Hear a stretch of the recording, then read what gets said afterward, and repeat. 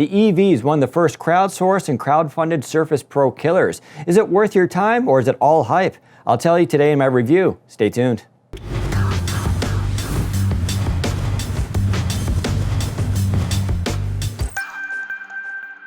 All right, before we get started, if you haven't seen my unboxing video for the EV, make sure you go check that out. I give a lot of details about this device there. Let's get into this device and its hardware. So first of all, you guys designed this, and that's what makes it very interesting. It was a direct response to the Surface Pro, which is not available in all countries, and let's face it, very expensive. Not only do a lot of people not want to pay all that money for it, but it lacks features that a lot of people need. So the EV is sort of that answer to that, and it mostly gets the job done. Now, it's not perfect. If you gave me a Surface Pro and the EV and said they both cost the same, which would I choose? I'd probably choose the Surface Pro. But there's a lot of good stuff for the EV, and let's face it, between $300 and $800 cheaper is not insignificant. Now let's get to that hardware. So you're going to be running a Core M3, i5, or i7 processor. However, these are Y series processors, not the typical U series that are found in most Ultrabooks and the Surface Pro. What this means in reality is two things. One, it's going to get better battery life with the EV compared to Surface Pro, at least if the batteries were even in size. They're not quite, but still, this gets around 8 to 9 hours of battery life, which is pretty solid in my opinion. The other thing is going to come down to performance.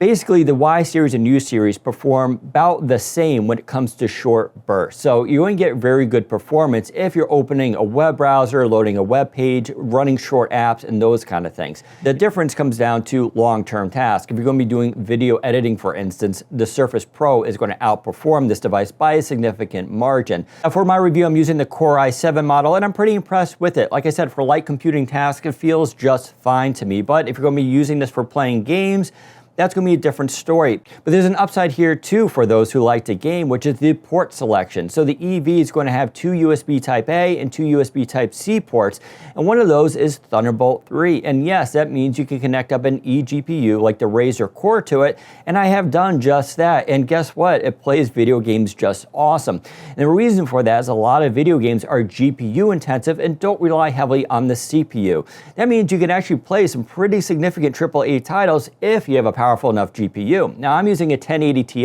arguably one of the best GPUs on the market, and it is super expensive. You're talking about another $1,000 on top of the cost of the EV. But I have to admit, it's a very cool experience just to plug in that one plug, charge the EV, power it, get the display, and be able to play high-end video games. So if that is something that interests you, well, this is your device, and I had no problems there.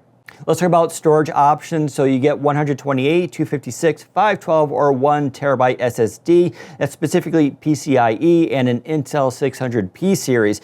That's overall a pretty good SSD. I'm pretty happy with the read and write speeds there. I think most people will be okay with it as well. It's not the most premium version out there, but it gets the job done. Now let's turn to this display. It's really good actually. It's a 12.3-inch IGZO LCD. That's the same that you find in the Dell XPS 13. I love IGZO. It's very sharp and has very good contrast. In fact, you're talking about a 2880x1920 resolution, which is going to be a little bit better than Surface Pro because the screen is slightly smaller. So the PPI, the pixels per inch, is going to be slightly higher here too. Now the company behind the EV is promising very high color accuracy, and guess what? They delivered. I actually got 99.9% sRGB coverage with this device when I used a colorimeter. That's really good. It's even slightly higher than Surface Pro. We're talking about 98, 99%, but still, this is a very good display for color accuracy. I really like this display. It's sharp, it's bright, it's around 400 nits, not the brightest in the world, but it's definitely enough to see it outside. The reflection is okay on it, not too glossy. It does pick up fingerprints a little bit more than I would prefer, and compared to some other high-end displays, is not quite as good. But other than that, the color accuracy and vibrancy, I thought was excellent. Now, when it comes to Windows Hello, you don't get facial recognition with the front-facing camera. And I'll be honest, the cameras on this, they're both front and rear-facing, are okay. They're kind of potatoes. They're not my favorite cameras in the world.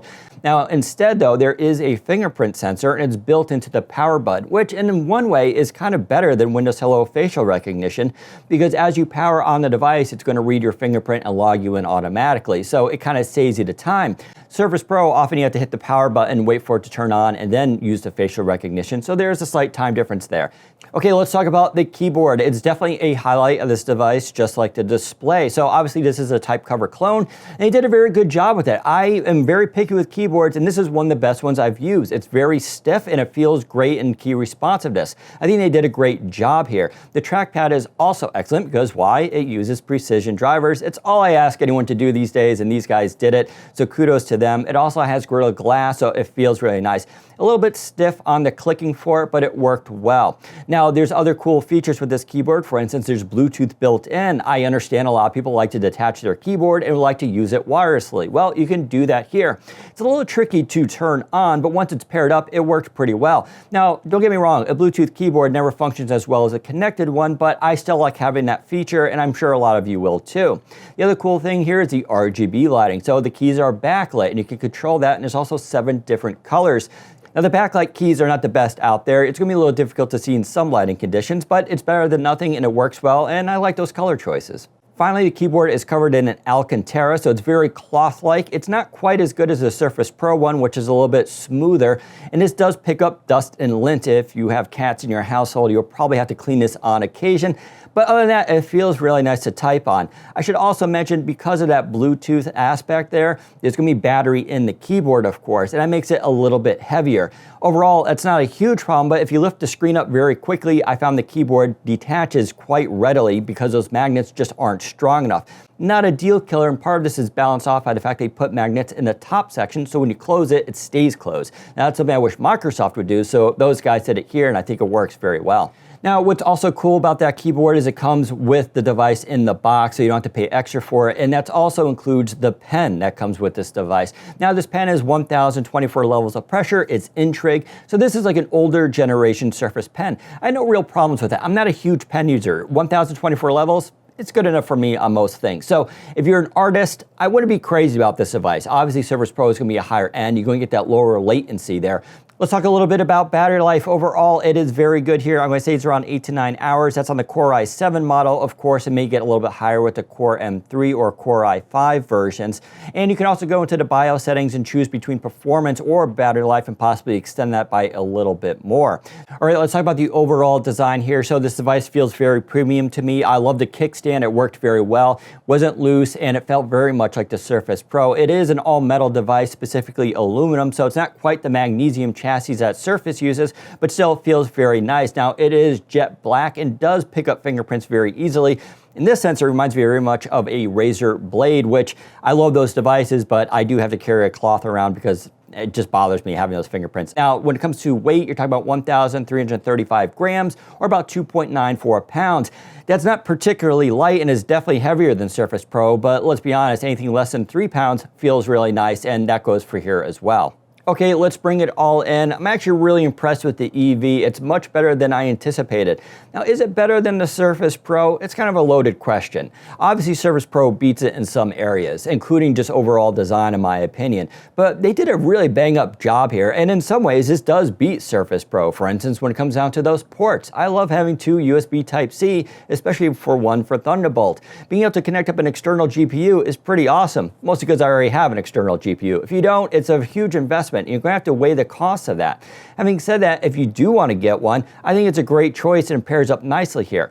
That is especially important for that processor. This is a really good processor in my opinion, but it's good for short bursts and light computing. If you're looking to render video and do very long-term tasks where you're going to be taxing that CPU, it's going to be kind of painful. In that case, a U processor is going to be much better. Now, the big problem here, of course, is you can't walk into your local mall or store and go check out the EV yourself. You're going to have to rely online for what other people are saying about it. In that sense, I still don't mind recommending it. It's just going to be a difficult sell for a lot of people. Don't forget, this is going to be sold through what's called a flash sale, meaning they're not producing a ton of these and then waiting for people to buy them. Instead, you have to reserve yours and get it shipped to you. I still think if you're in the market, though, for this type of device and this meets your expectations, I think it's a great purchase. It's going to save you a lot of money and it gives you some advantages as well. Overall, I'm pretty impressed with the EV and I can't wait to see what these guys do next. So there's a quick review of the EV computing tablet. Now, if you want more information about this device, go to Windows Central where you can read my full review, or click the link in the description below for more information on where you can buy the EV and for how much. If you like this video, give us a thumbs up and don't forget to subscribe. Thanks for watching. Take care, everybody.